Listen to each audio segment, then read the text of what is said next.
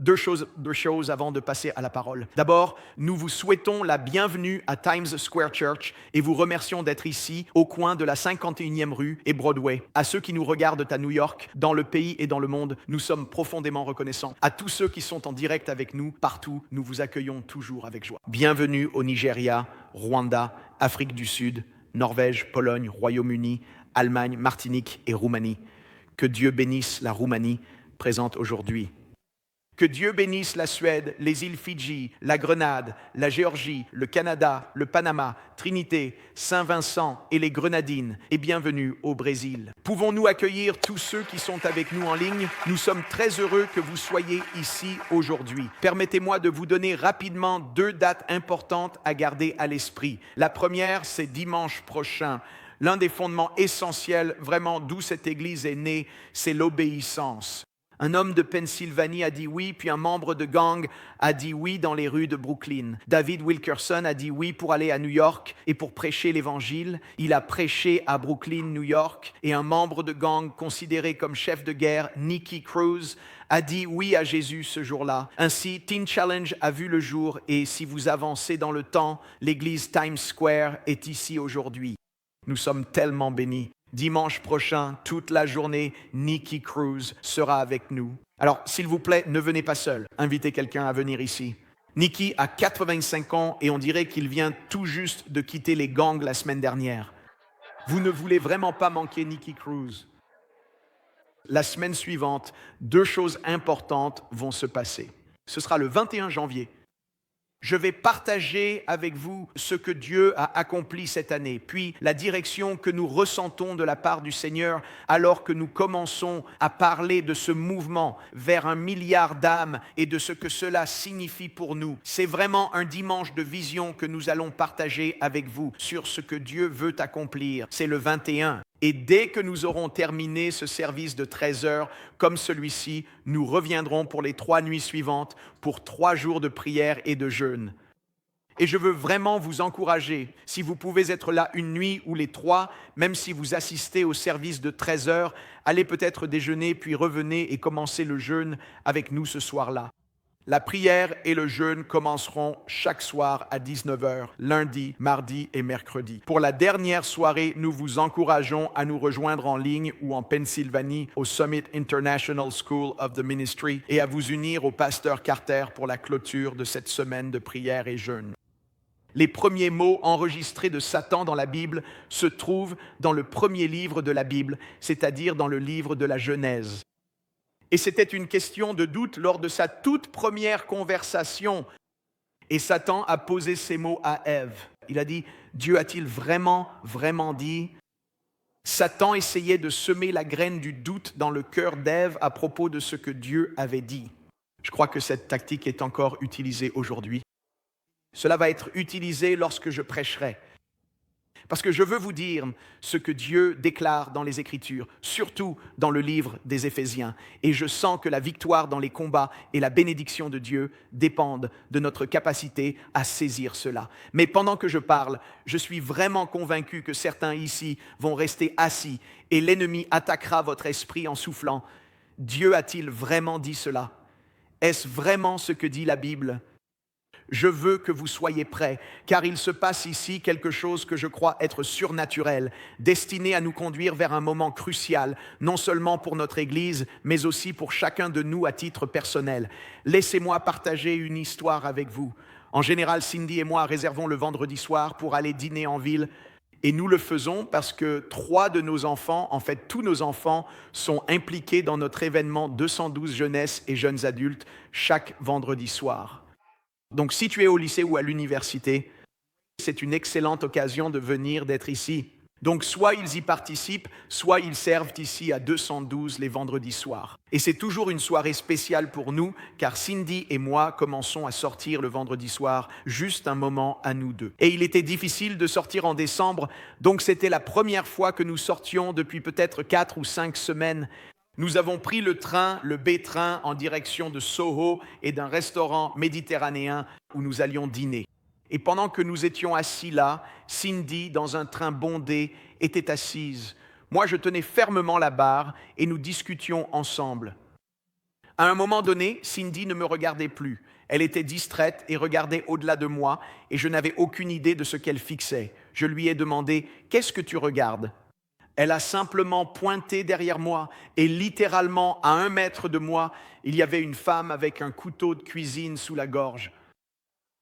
Et elle n'était qu'à 1 mètre de moi. Elle mimait le geste de se couper la gorge, le couteau à la main, faisant des allers-retours dans l'air, simulant qu'elle se tranchait la gorge. C'était une femme juste à 1 mètre de moi, qui manifestement traversait de grandes difficultés mentales, mais qui tenait tout de même un couteau sous sa gorge. Alors à ce moment-là, je me suis retourné et je lui ai simplement dit « Écoutez, je veux que vous rangiez ce couteau parce qu'il est important que vous viviez. Nous voulons que vous alliez bien. Nous voulons que vous viviez. » Et dans les instants qui ont suivi, elle a commencé à me lancer des horreurs tout en rangeant son couteau, ce qui était une bonne chose. Elle a donc rangé son couteau, puis tout ce qu'elle a dit pendant les 2 prochains arrêts de train était horrible, mais cela ne m'a pas dérangé. Je voulais juste qu'elle soit en saine et sauf, et je lui ai dit que nous voulons que vous soyez en sécurité, nous ne voulons pas que vous vous fassiez du mal, et elle continuait à déverser des horreurs. Elle a mis le couteau dans sa poche, puis nous sommes descendus sains et saufs 2 arrêts plus loin. C'était incroyable. Nous sommes passés d'une femme avec un couteau sous la gorge qui me criait dessus à un merveilleux dîner que nous avons partagé, et je me suis dit « Bienvenue à New York City ». Et voici ce que j'ai appris. On peut littéralement se retrouver dans une telle situation. C'est ce que j'ai découvert en décembre et je l'ai revu vendredi soir et je vais vous l'expliquer d'un point de vue biblique. Voilà ce dont je me suis rendu compte. Je suis béni et je suis en combat en permanence. Et c'est en même temps. Combien ici se sentent bénis? Levez la main. Combien diraient « je suis en plein combat » ? Levez la main. Ce sont les mêmes mains en même temps. Vous vous dites, Dieu m'a béni, je combats le diable. Dieu m'a béni, je combats le diable. Pourquoi ai-je l'impression que chaque jour est un combat? Vous avez une soirée en amoureux et une soirée de combat dans le métro B. Et il semble que ce n'est pas à cause de New York, c'est une réalité de croyants. Parce qu'il y a quelque chose derrière ces combats. Parce que je crois ceci, Dieu prépare quelque chose et Satan essaie de bloquer quelque chose. C'est je crois ce qui est en train de se passer. Voilà ce qui se cache derrière ces combats. Dieu prépare quelque chose et Satan essaie de bloquer quelque chose. Ce matin, j'ai reçu un message d'un pasteur du Midwest. Il m'a dit « Je sens que 2024 va être une année difficile. Qu'en penses-tu » Ma réponse a été « Laisse-moi te dire et voici ce que j'ai dit. » J'ai dit « Voici ce que je veux que tu saches à propos de cette année et en fait de chaque année, la raison pour laquelle nous aurons toujours des combats intenses, c'est parce qu'il y aura d'immenses victoires. » Et j'ai dit « C'est pour cela que les choses vont se passer ainsi. Peu importe que ce soit en 2024 ou à un autre moment, chaque fois que Dieu veut accomplir quelque chose, Satan s'y opposera. » C'est là que j'ai appris un principe que je veux partager avec vous à propos du combat et de la bénédiction en même temps et comment nous pouvons traverser cela. Si vous me le permettez, j'aimerais, juste à titre personnel, vous raconter comment j'en suis arrivé là concernant mes 8 jours avant Noël déjà. Et voici à quoi ont ressemblé mes 8 jours précédant Noël du 17 au 25.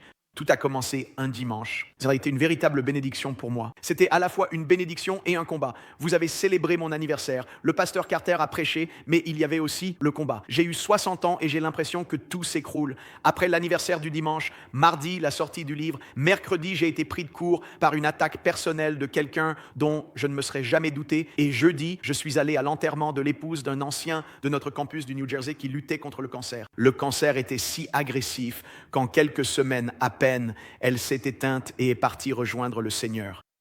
Avant même que nous ayons le temps de reprendre notre souffle, samedi, ma mère est décédée à 101 ans. Puis, alors que tu subis une attaque personnelle, traverse 2 épreuves, un enterrement et la perte de ta mère, soudain, on revient dimanche et tu vois 250 personnes donner leur vie au Christ. On peut toucher toutes ces familles immigrées d'Amérique centrale et du Sud à qui nous pouvons apporter notre bénédiction. Et tout à coup, tu te dis, Dieu est tellement grand et soudain le lundi, j'apprends que je suis positif au Covid. Mais tu avances. J'ai alors demandé au Seigneur, puis-je avoir du repos? Est-ce que je pourrais juste avoir un peu de... Est-ce que quelqu'un ici a déjà demandé ça à Dieu? Et là, écoutez bien, c'est là que j'ai reçu la révélation. Pour moi, ce que j'appelais des montagnes russes, c'est en réalité la vie vécue dans ce que j'appelle les lieux célestes. Je vais vous expliquer cela car ce ne sont pas des montagnes russes, ce sont les lieux célestes. Je dois vous expliquer comment la bénédiction au cœur du combat arrive si souvent et de façon simultanée, car chaque bénédiction que vous allez recevoir sera entourée d'un combat démoniaque. Chaque bénédiction que vous vivez ne vient jamais sans lutte. Comment peux-tu dire ça, pasteur Tim? À moi? C'est l'apôtre Paul. Et je veux vous montrer quelque chose alors que Paul commence à écrire les épîtres aux Éphésiens et Colossiens. Je ne suis pas vraiment sûr. Non, en fait, je ne suis pas certain. Je ne crois pas à cette phrase. Je vais vous la dire, vous allez la voir s'afficher à l'écran, mais je n'y crois pas. Tu es tellement tourné vers le ciel que tu n'es pas bon sur terre. Je ne crois pas cela d'après ce que dit la Bible. Et je choisis de croire ce que dit la Bible, pas ce que disent les gens. J'ai entendu des gens dire ça. Tu es tellement tourné vers le ciel que tu ne sers à rien sur terre. Mes amis, la seule façon d'être utile sur terre, c'est d'avoir l'esprit tourné vers le ciel. Paul dit dans Colossiens 3, « Si vous êtes ressuscité avec Christ, recherchez les choses d'en haut. » Ça, c'est avoir l'esprit tourné vers le ciel, là où le Christ est assis, à la droite de Dieu. Fixez votre pensée, il va le répéter, sur les choses d'en haut. Pas sur celles qui sont sur la terre, car vous êtes morts et votre vie est cachée avec Christ en Dieu. J'adore la façon dont Eugene Peterson paraphrase ce passage dans « Il dit, si vous prenez vraiment au sérieux cette nouvelle vie de résurrection avec Christ, alors vivez en conséquence. Recherchez les choses sur lesquelles Christ règne. Ne traînez pas les pieds, les yeux rivés au sol, absorbés par ce qui est juste devant vous. » J'adore ça. Levez les yeux et soyez attentifs à ce qui se passe autour de Christ. J'adore cette partie. C'est là que tout se passe. C'est cette partie qui me passionne. Voilà pourquoi je crois que fixer son affection sur les choses d'en haut, ce n'est pas simplement le ciel, ce sont les lieux célestes. Je vais vous expliquer cela dans un instant, car 2 Corinthiens 4, 18 dit « Ainsi, nous portons notre regard non pas sur les choses visibles, mais sur celles qui sont invisibles. Car ce qui est visible est temporaire, mais ce qui est invisible est éternel. » Alors aujourd'hui, dans les prochaines minutes, nous allons fixer nos yeux sur l'invisible, parce que j'ai commencé à me poser ces questions, et ces questions ont trouvé leur réponse dans l'épître aux Éphésiens, que j'aimerais partager avec vous, car je pense que vous allez trouver des réponses aujourd'hui. Je n'arrêtais pas de me demander, pourquoi est-ce si difficile d'être pasteur à New York? Pourquoi est-il si dur de mener l'église de Times Square? Pourquoi est-il si dur de faire partie de l'équipe ici? Écoutez, laissez-moi vous parler. Pourquoi est-ce si difficile de venir à cette église? Depuis que vous avez dit oui à cette église, c'est un combat permanent. Rien ne semble facile. Pourquoi? C'est parce que les bénédictions sont immenses, alors les combats sont intenses. Parce que les combats sont intenses, l'ennemi sait à quel point ces bénédictions sont grandes. Avec les anciens et notre équipe, après avoir entendu l'histoire ou le témoignage de quelqu'un qui vient à Christ et tout ce que Dieu a dû faire pour le sauver, nous disons toujours cette phrase, « C'est pour cela que nous nous battons. C'est pour cela que nous nous battons. » À cause de cette bénédiction, à cause de ce témoignage, à cause de cette histoire, c'est pour cela que nous nous battons. Qu'est-ce que vous voulez dire, pasteur Tim? Les lieux célestes, c'est là où se trouve le combat et c'est là où se trouvent les bénédictions. Maintenant, je vais vous expliquer cela avec les Écritures. Alors restez avec moi et ne laissez pas l'ennemi vous dire « Dieu a-t-il vraiment dit cela ?» Vous allez le voir. Et non seulement cela, mais c'est dans les lieux célestes que je mène ce combat. C'est exactement au même endroit que se trouvent les bénédictions et le combat. Mais nous allons nous battre à partir d'une position que vous ne pouvez même pas imaginer. D'accord, voilà. Où sont les bénédictions de Dieu? Regardez Éphésiens 1, 3. Béni soit le Dieu et Père de notre Seigneur Jésus-Christ, qui nous a bénis de toute bénédiction spirituelle. Et où cela se trouve-t-il? Dans les lieux célestes en Christ. Mes amis, avez-vous entendu ces paroles? Toute bénédiction spirituelle dans les lieux célestes, dans les cieux. Je vais le redire, je suis béni. Êtes-vous béni aujourd'hui? D'accord, maintenant écoutez bien. TSC a connu la bénédiction. Vous avez connu la bénédiction. Mais vous devez vous souvenir de ceci. Les bénédictions d'Éphésiens 1-3 seront toujours défiés par les forces démoniaques d'Éphésiens 6-12. Comment peux-tu dire cela, Pasteur Tim? Voici la réponse. Éphésiens 6-12. Nous n'avons pas à lutter contre la chair et le sang, mais contre les dominations, contre les autorités, contre les princes de ce monde de ténèbres, contre les esprits méchants dans les lieux célestes. Alors Paul, où sont-ils? Où sont mes bénédictions? Où sont les forces du mal? Oh Jésus, viens à notre secours maintenant. Parce que c'est là que la bénédiction et le combat semblent se dérouler.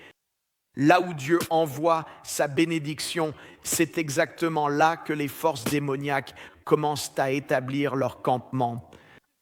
Ils habitent tous les deux sur le même pâté de maison, dans le même immeuble.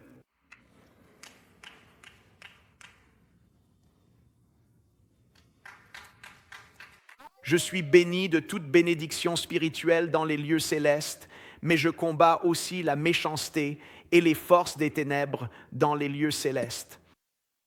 Voici donc la question que vous devez vous poser. Que sont les lieux célestes? Voyez-vous, je pense, et je vais vous le démontrer bibliquement, que la Bible entr'ouvre suffisamment la porte pour que nous puissions comprendre ce que c'est, mais pas assez pour nous submerger. Je ne crois pas que les lieux célestes soient le paradis. Les lieux célestes, c'est un lieu d'activité spirituelle, hors de portée de l'œil nu. Laissez-moi vous l'expliquer ainsi, selon l'Épître aux Éphésiens, et je vais vous le montrer. Les lieux célestes, c'est le monde invisible où se déroule le conflit spirituel. C'est dans les lieux célestes que Christ et ses enfants sont assis, et c'est aussi là que se trouvent toutes les bénédictions qui nous sont destinées. Il y a la bénédiction, il y a le conflit et il y a le Christ en plein milieu de tout cela. Et nous avons une compréhension très limitée de ce monde spirituel. Nous ne pouvons ni le voir, ni l'entendre, ni le toucher, mais nous pouvons l'apercevoir clairement dans les Écritures ou en avoir un aperçu à travers différents passages bibliques. Nous apprenons qu'il s'y déroule en permanence une guerre féroce, un royaume céleste aussi réel que les royaumes terrestres. Je ne veux pas que vous manquiez ce que je viens de dire. Ce royaume céleste est aussi réel que le royaume terrestre. C'est un lieu où Christ est assis et où les démons livrent des batailles. Il est tellement important que nous comprenions cela, que rien que dans l'Épître aux Éphésiens, cette expression « lieux célestes » apparaît 5 fois dans le livre. Paul insiste sur le fait que pour les chrétiens, ce qui se passe sur terre est important, mais que ce qui se passe, même si nous ne pouvons pas le voir, est tout aussi réel et tout aussi important. Juste à côté de ma bénédiction se trouve mon ennemi. Mes bénédictions et mes combats, comme je l'ai dit, vivent dans la même rue. Il y a des moments dans les Écritures où Dieu entr'ouvre la porte de ce monde tout à fait réel. Laissez-moi vous en parler. Dans le livre de Daniel, nous découvrons ce qui se passe dans le royaume céleste lors d'un combat dans la prière. Il y a un combat qui se déroule alors que Daniel prie pour recevoir la révélation. Et soudain, un ange arrive et dit « J'ai été retardé pendant 21 jours ». Daniel, chapitre 10, versets 10 à 12.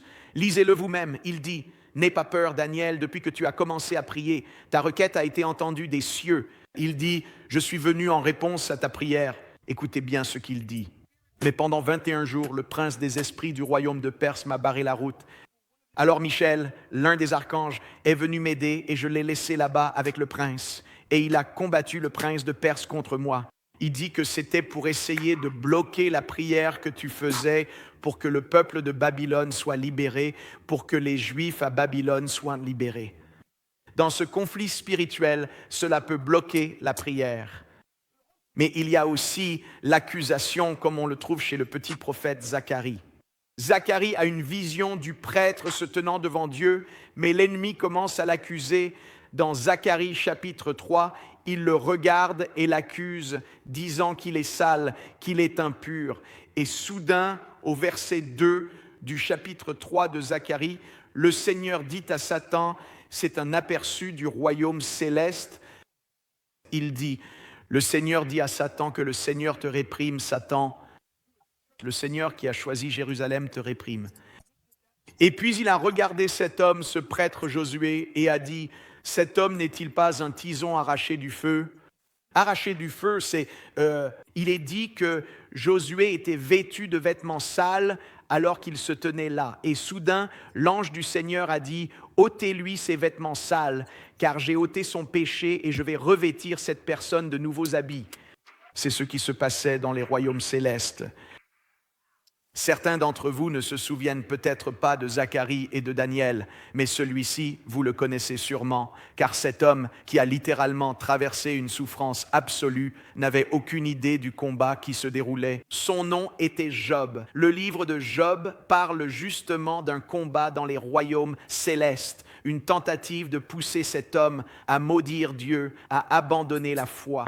Mes amis, quand les gens me regardent un instant, je ressens vraiment le besoin de dire ceci. Lorsque quelqu'un se bat avec sa foi et se demande si tout cela est réel, si Dieu est vraiment là, vous comprenez? Ce n'est pas parce que vous avez eu une révélation profonde venant de votre professeur d'université.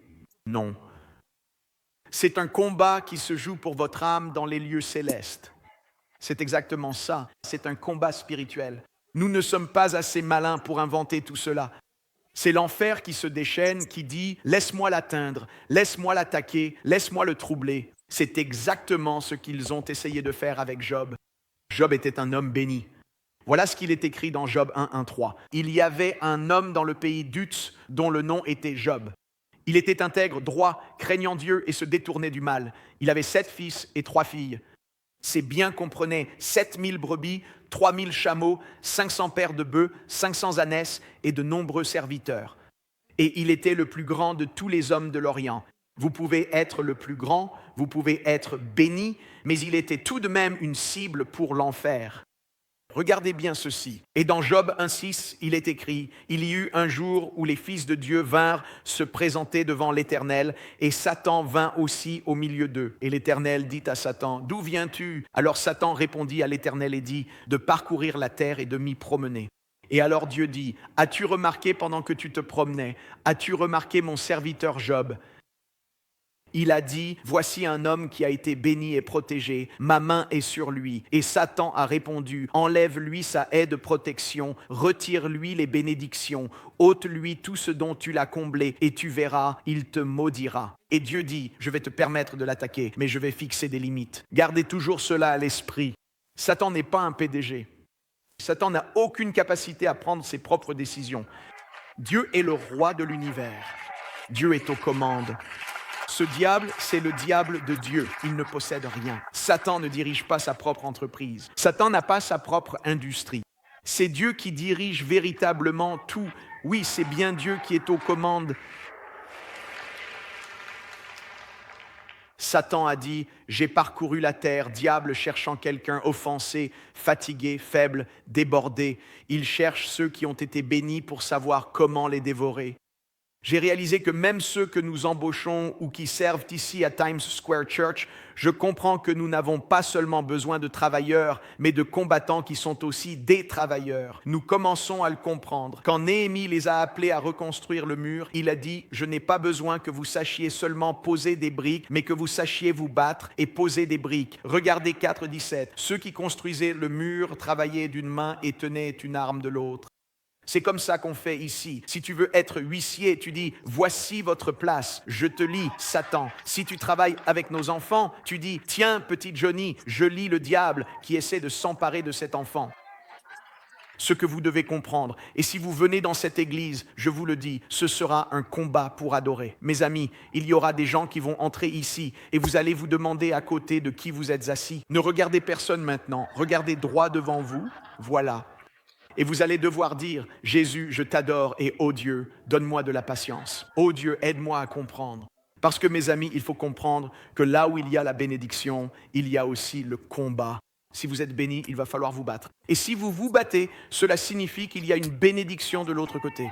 C'est Dieu qui nous enseigne que la bénédiction et le combat peuvent arriver en même temps. Vous allez devoir travailler. Je vais devoir prêcher en me disant, d'accord, Dieu, je vais œuvrer ici, mais je vais aussi combattre l'ennemi qui essaie de s'opposer à moi.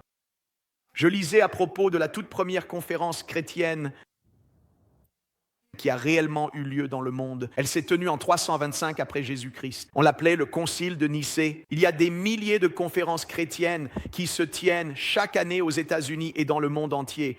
Mais il n'y a jamais rien eu de comparable à la toute première conférence chrétienne qui ait jamais eu lieu. C'est après la naissance de l'Église et alors qu'elle était en pleine expansion qu'ils ont décidé de rassembler les dirigeants de l'Église d'Asie et d'Europe et de les réunir ensemble. Ils ont discuté de questions doctrinales. Ils voulaient s'assurer que l'Église reste sur la bonne voie, mais qui a assisté à cette conférence, car les participants étaient impressionnants, une bénédiction dans la bataille.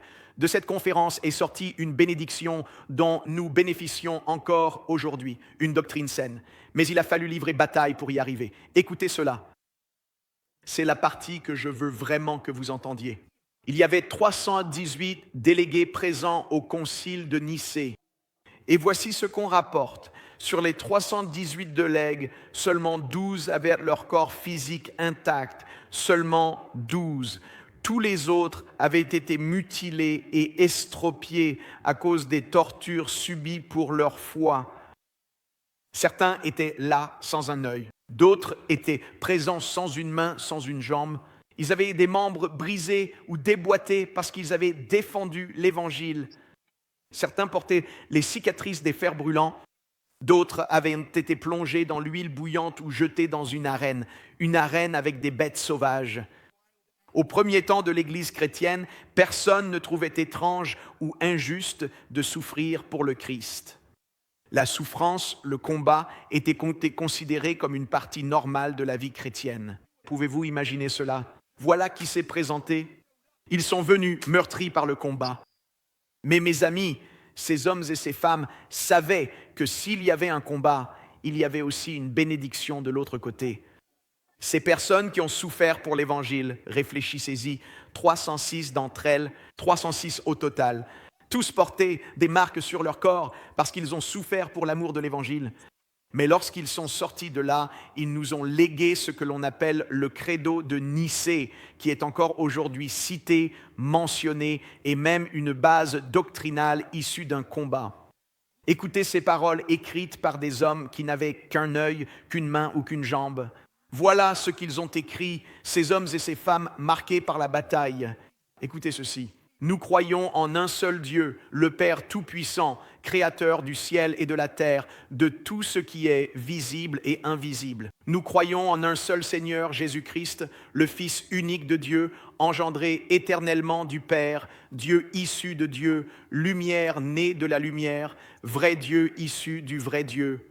Il est engendré, non pas créé, de même nature que le Père. Par lui, tout a été fait pour nous et pour notre salut. Il est descendu du ciel, s'est incarné par l'Esprit Saint et la Vierge Marie, est devenu véritablement homme pour nous, a été crucifié sous Ponce Pilate, a souffert la mort et a été enseveli. Alléluia. Mais le troisième jour, il est ressuscité conformément aux Écritures. Il est monté au ciel. Il siège à la droite du Père et il reviendra dans la gloire pour juger les vivants et les morts. Et son règne n'aura pas de fin.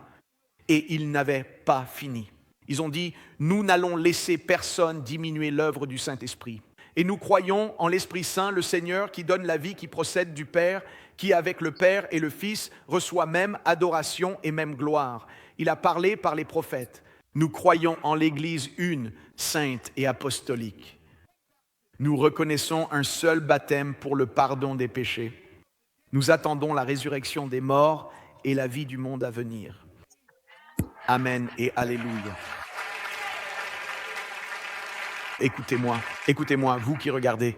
Cela n'a pas été écrit dans un séminaire par quelqu'un avec un doctorat. Cela a été écrit dans la douleur et la souffrance. Écrit au cœur d'un combat, ce n'est pas venu de l'intellect. Écrit par un cœur qui disait « Nous allons protéger la doctrine », pas écrit pour être publié. Ce n'était pas écrit pour décrocher un contrat d'édition. C'était écrit car il protégeait l'Église. À chaque bénédiction correspond un combat. Et à chaque combat, il y aura une bénédiction. Alléluia.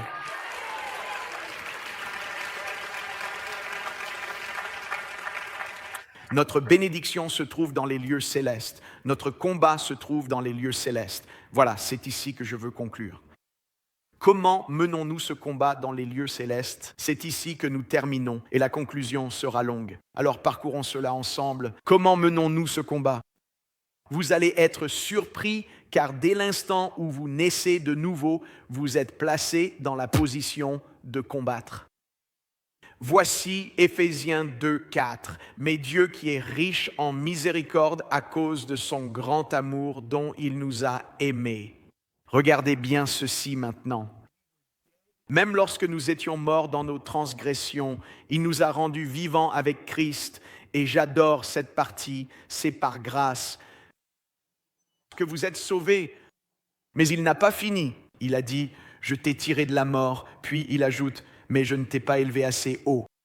Verset 6, il nous a ressuscités ensemble et nous a fait asseoir avec lui.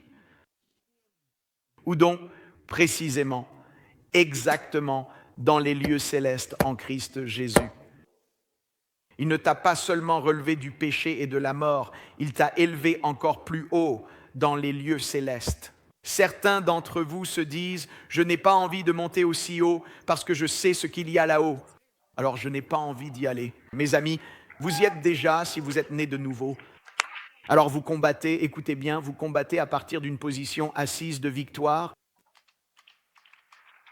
Vous avez été assis avec « Oh, rien que d'y penser, ça m'enthousiasme.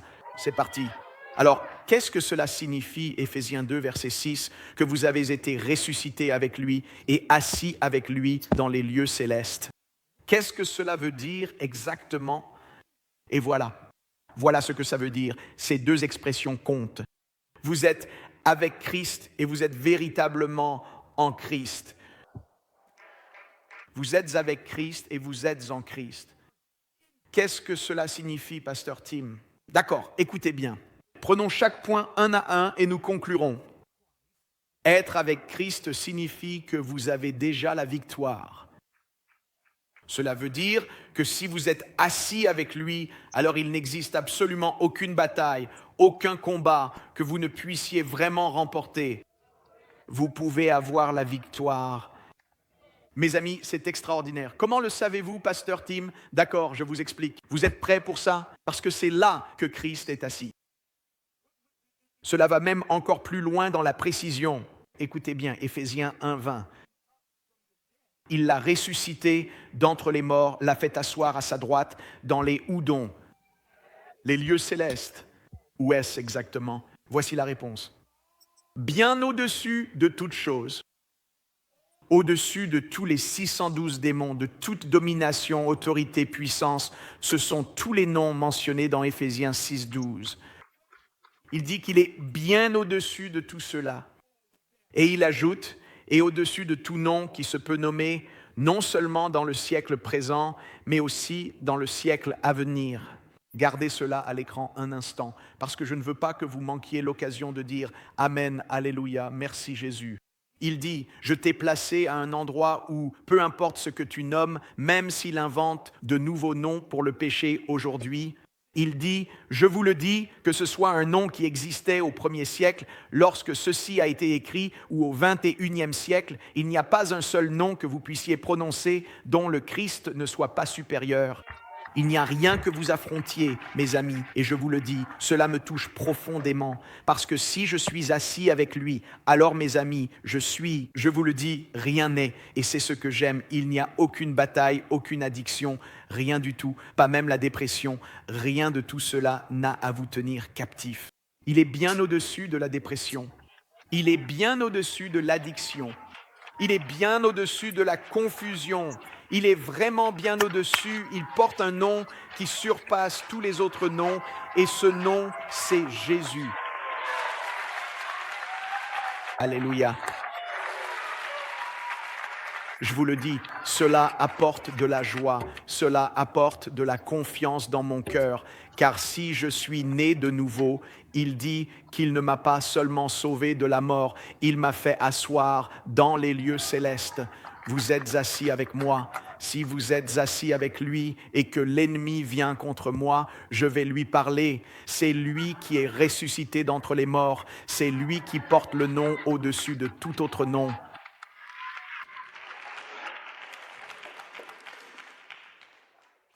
être en Christ signifie que je suis la justice de Dieu en Christ et aucune accusation du diable n'a la moindre validité. Comprenez-vous vraiment à quel point c'est important? Si je suis véritablement en Christ, alors l'ennemi doit absolument passer par Christ lui-même pour pouvoir m'atteindre.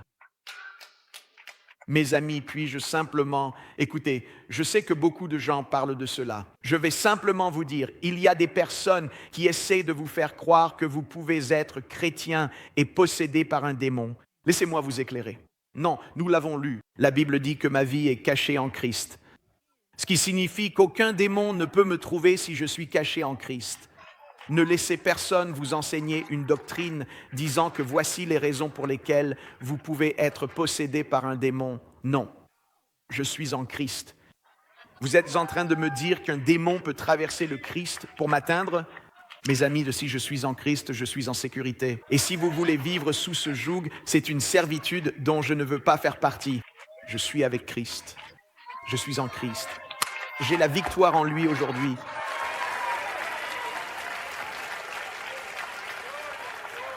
Je vous le dis, en Christ, c'est l'endroit le plus sûr où vous puissiez être.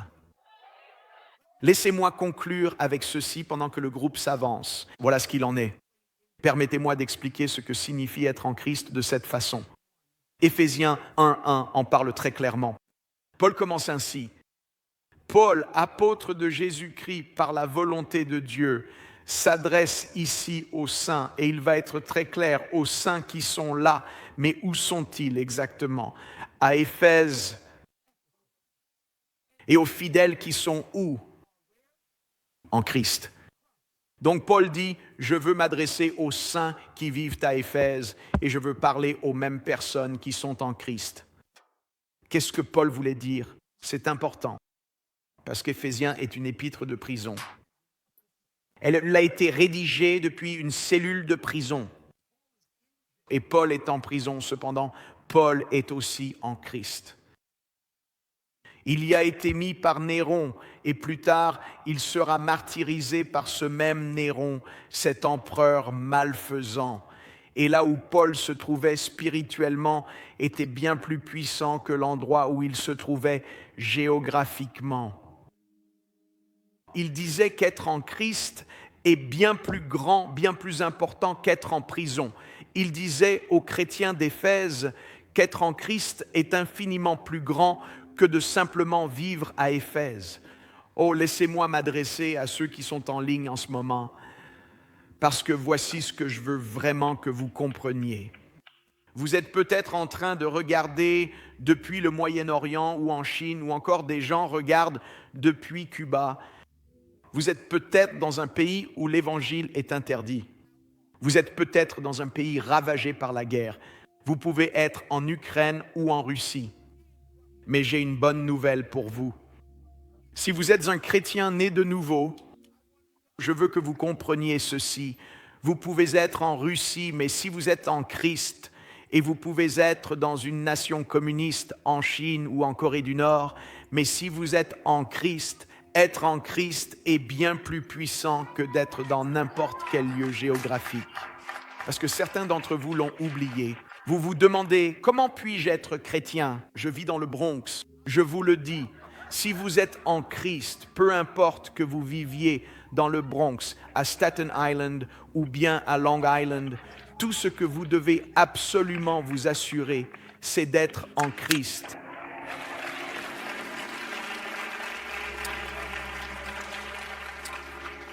Mes amis, c'est pour cela, et voici ce que vous devez comprendre. Chaque fois que je lis la liste des nations qui nous regardent, nous sommes véritablement en train de provoquer le diable. Comment pouvez-vous dire cela, pasteur Tim? D'accord, laissez-moi vous expliquer. Qui est-ce qui énerve les démons dans les lieux célestes? C'est l'Église. Comment pouvez-vous affirmer cela? Rappelez-vous, j'ai été ressuscité avec lui dans les lieux célestes. Vous êtes toujours avec moi? Mes bénédictions sont dans les lieux célestes. Le diable est dans les lieux célestes. Voici ce qu'il dit. Paul intervient en plein milieu de tout cela. Il dit, c'est toi. Times Square Church, vous cherchez la confrontation. Chaque fois que je lis ces nations, que je prêche, que vous adorez, pourquoi? Voilà la réponse. Afin que la sagesse infiniment variée de Dieu soit maintenant révélée par qui? Par l'Église, à qui donc précisément? Aux principautés et aux autorités. Mais où donc exactement, vraiment? Dans les lieux célestes, chaque fois que vous chantez, vous annoncez à l'enfer, je crois en Jésus, je crois qu'il est au-dessus de tout cela. Mes amis, il dit que c'est lorsque vous révélez, c'est l'Église qui révèle. Remettez ce verset à l'écran, s'il vous plaît. Vous faites connaître la sagesse de Dieu. Mais qu'est-ce que c'est la sagesse de Dieu? Je vais vous le dire. Paul vous le dit dans 1 Corinthiens 1, 24. La voici, le Christ, la puissance de Dieu est là. C'est pour ça que je suis toujours heureux quand l'équipe de Ricardo arrive. Allez, venez, venez, venez sur scène. Parce que j'adore quand nous chantons des chants qui élèvent Jésus. Parce que c'est ce nom-là qui agite les lieux célestes. Pas moi, je ne me soucie pas de moi. Mes amis, ce n'est pas moi, c'est lui. C'est lui qui fait trembler l'ennemi. Moi, je reste simplement en Christ. Laissez-moi rester en Christ. Élevons-le. L'Église est là pour élever le nom de Jésus. C'est à cela que nous sommes appelés. C'est ce qu'on nous demande de faire. Mais quand vous commencez à aller dans les nations et à faire ce que vous êtes censés faire, je vous le dis, cela met l'enfer en émoi. L'enfer commence à se dresser contre nous. Laissez-moi conclure avec ceci. C'est la partie pour laquelle je demande à Dieu de m'aider. C'est une prière pour ouvrir mes yeux afin de comprendre pourquoi la bénédiction et le combat surviennent en même temps. C'est l'histoire d'un prophète et d'un serviteur qui ne voyaient que cela, sans jamais voir ce que Dieu était en train de faire. Écoutez ces paroles dans 2 Rois 6,15, Élisée et son serviteur. Et lorsque le serviteur de l'homme de Dieu se leva et sortit, la Bible dit qu'il y avait une armée qui encerclait la ville avec des chevaux et des chars. Et le serviteur dit à Élisée, « Hélas, mon maître, que devons-nous faire ?» Il savait que la bataille était devant lui. Regardez bien ceci, mes amis. Alors il répondit et dit, « N'aie pas peur, car ceux qui sont avec nous sont plus nombreux que ceux qui sont avec eux. Maintenant, observez bien ceci. Voici ce qu'il dit. » Et Élisée pria et s'adressa au Seigneur en disant, « Seigneur, je t'en prie, ouvre ses yeux afin qu'il voie. » Voilà, mes amis, ce qui arriva. Le Seigneur ouvrit alors les yeux du jeune homme, et il vit de ses propres yeux que la montagne était remplie de chevaux et de chars de feu qui se trouvaient tout autour d'Élisée, entourant le prophète de toutes parts. Dieu lui ouvrit les yeux et lui montra que tu combats un ennemi. Mais si je peux ouvrir tes yeux pour que tu comprennes ce que je fais dans le royaume céleste, mes amis, c'est exactement ce que je désire. Je veux que Dieu ouvre mes yeux. Je veux voir, je veux savoir, mes amis, que c'est un combat. Mais il y a la bénédiction de la protection. Il y a la main de Dieu qui commence simplement à intervenir. La main de Dieu. Levez-vous et je vais expliquer comment cela fonctionne. C'est la partie qui remplit vraiment mon cœur d'une telle et immense joie. Parce que l'ennemi va lancer des attaques contre vous. Il va commencer à vous dire, écoutez bien mes amis, c'est important. Il va vous dire, allez, rassemblez vos affaires, partez. Et l'ennemi va essayer de vous priver d'une bénédiction aujourd'hui. Et le combat, c'est, laissez-moi partir, laissez-moi m'en aller, laissez-moi m'en aller. Et vous allez manquer quelque chose, ce que Dieu veut accomplir. Et Dieu est en train d'agir. Parce que ce que fait l'ennemi, c'est là que la confiance est née. Écoutez ce que la Bible dit à propos de 1 Pierre 5,8 au sujet du diable. Elle dit, « Soyez sobres, soyez vigilants, car votre adversaire le diable, que fait-il? Il rôde aux alentours comme un lion rugissant. »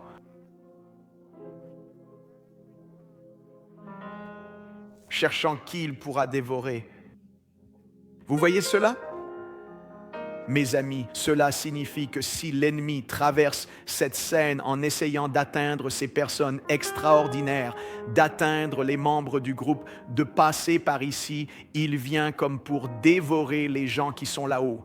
Mais voici ce qui se passe quand vous êtes avec Christ et en Christ. C'est cela qui m'a apporté de la joie. Vous êtes prêts pour ça?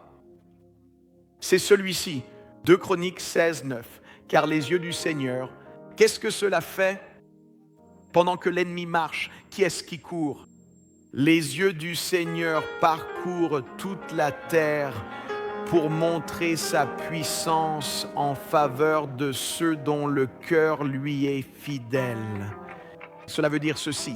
Si l'ennemi dit « je vais après Karim », le lion avance, il marche, il rôde, il s'approche, et voici Dieu.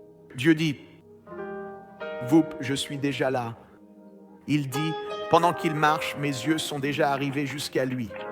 Cela signifie que pendant que Satan marche, Dieu a déjà couru pour être à l'endroit où je me trouve. Mes amis, pourquoi n'irais-je pas de l'avant? Dieu, j'ai besoin de toi. J'ai besoin que tu fasses partie de ma vie. Voilà le marché.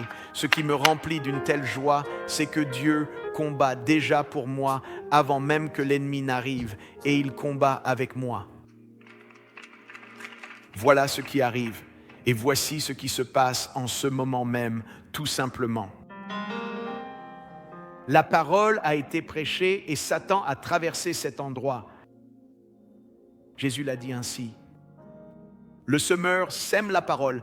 C'est exactement ce que nous venons de faire. Voici ceux qui sont le long du chemin où la parole est semée. Quand ils entendent, aussitôt, Satan vient et enlève la parole qui a été semée en eux. Vous savez ce que fait l'ennemi? Dès que je prêche, l'ennemi dit « ce n'est pas vrai ». Dieu a-t-il vraiment dit cela? Il est déjà en train de jouer avec votre esprit. Il est déjà en train de vous parler. Je n'ai pas envie d'être ici. Ce type crie sur tout le monde. Il postillonne sur le premier rang. C'est quoi cette église? Il essaye déjà de voler. Là où Dieu essaie de venir vous bénir, de vous donner le salut, le pardon, la vie éternelle, la victoire dans votre vie. Et vous entendez une voix qui dit, dès qu'il se retourne, pars. Et c'est exactement ce que vous pensez. Allez, on s'en va. D'accord, je suis venu à l'église. Allez, on y va. Et vous allez passer à côté de ce que Dieu veut faire pour vous maintenant. C'est aujourd'hui qu'il veut vous transformer. C'est aujourd'hui que Dieu veut. Pourquoi? C'est maintenant que la bataille fait rage. Mais la bénédiction de Dieu veut venir. Cela peut arriver tout de suite. Je ne veux pas que vous baissiez la tête. Je ne veux pas que vous fermiez les yeux parce qu'il y a des gens ici. Maintenant, TSC, ceux qui sont chrétiens, je veux que vous commenciez à prier et à intercéder tout de suite. Commencez à intercéder car des personnes vont naître de nouveau à l'instant. L'ennemi va essayer de voler cette parole. Chaque fois que je parle de la nouvelle naissance TSC, vous savez quoi faire? Entrez directement dans l'intercession. Pourquoi? Parce qu'une bénédiction et un combat se produisent en même temps. Voilà, c'est ça votre rôle. Votre rôle, c'est de prier contre cet ennemi qui essaie de voler la parole aujourd'hui. Alors, voilà. Il y a un combat pour votre vie. Il y a un combat pour votre éternité. Il y a un combat pour votre allégeance. Il y a un combat. Et aujourd'hui, le Christ veut vous transformer. Vous pouvez être avec le Christ et en Christ, et tout commence par la nouvelle naissance. Cela commence en disant, viens, change-moi Seigneur, viens me transformer. La Bible appelle cela naître de nouveau. Comment faire, Pasteur Tim? C'est tout aussi simple. A, B, C. A, admettre que je suis pécheur, brisé, j'ai une condition, le péché, que je ne peux pas réparer. Il n'existe pas d'ordonnance, il n'y a pas de programme. Il n'y a ni prêtre, ni pasteur, ni synagogue, ni mosquée, pas de religion. Aucune promesse que je puisse faire pour réparer la condition du péché en moi. J'ai besoin d'aide. C'est le mot en B, croire. Croire que Dieu a envoyé son Fils il y a 2000 ans pour mourir sur la croix pour mes péchés, qu'il est ressuscité pour m'élever avec lui afin que je vive dans la victoire. Et confesser qu'il est Seigneur en disant, c'est toi qui diriges ma vie. Tu n'as pas seulement mes dimanches, tu as tous mes jours. Prends mon esprit, mon cœur, mon âme, prends tout. Avec toutes les têtes levées, tous les yeux ouverts, nous allons affronter cela ensemble, ici et maintenant. L'ennemi va essayer de voler la parole, mais je vous le dis, il y en a ici dont la vie est sur le point d'être transformée de l'intérieur. Il y a des personnes ici qui vont expérimenter le pardon et littéralement devenir l'enfant de Dieu qui va se relever d'entre les morts, pardonné et en route vers le ciel aujourd'hui. Ne quittez pas cet endroit sans prendre cette décision. Je vais prier une prière de nouvelle naissance. Si tu es ici aujourd'hui et tu dis, Pasteur Tim, je veux Dieu dans ma vie, je veux que ma vie change, que Dieu vienne en moi. N'écoute pas le mensonge de l'ennemi qui dit que tu as trop fait ou fait quelque chose hier ou cette semaine qui te disqualifie. Tu es un candidat aujourd'hui. Si tu respires et es vivant, aujourd'hui est le jour du salut pour toi. Si tu es ici et tu dis, Pasteur Tim, quand tu feras cette prière de nouvelle naissance, compte sur moi. Je veux Dieu dans ma vie. Lève la main aussi haut que tu peux. Je veux voir toutes ces mains. Regardez-moi tout ça. Oui, oui, oui, oui, oui, oui, oui, oui. Ouais, ouais, ouais, ouais. Je t'ai vu, là-bas, tous là-bas. Au fond, là-bas. Oui, oui, oui, oui, oui. Merci, merci, merci, merci, merci. Et je t'ai vu là-bas aussi. Allez, venez. Remercions Dieu pour ce qu'il va accomplir. Dieu va commencer une œuvre. Prions tous ensemble. Répétez ces paroles avec moi. Seigneur Jésus, je crois que tu es le Fils de Dieu. Je crois qu'à la croix, tu as pris mon péché, ma honte et ma culpabilité, et tu es mort pour cela. Tu as affronté l'enfer à ma place pour que je n'aie pas à y aller. Tu es ressuscité d'entre les morts pour m'offrir une place au ciel, une raison de vivre sur la terre et une relation avec ton Père. Aujourd'hui, Seigneur Jésus, je me détourne de mon péché pour naître de nouveau. Allez, dites-le avec moi maintenant. Dieu est mon Père. Jésus est mon Sauveur. Le Saint-Esprit est mon aide. La Bible est mon guide. Et le ciel est ma maison. Au nom de Jésus-Christ. Et que tout le monde dise Amen, Amen et Amen.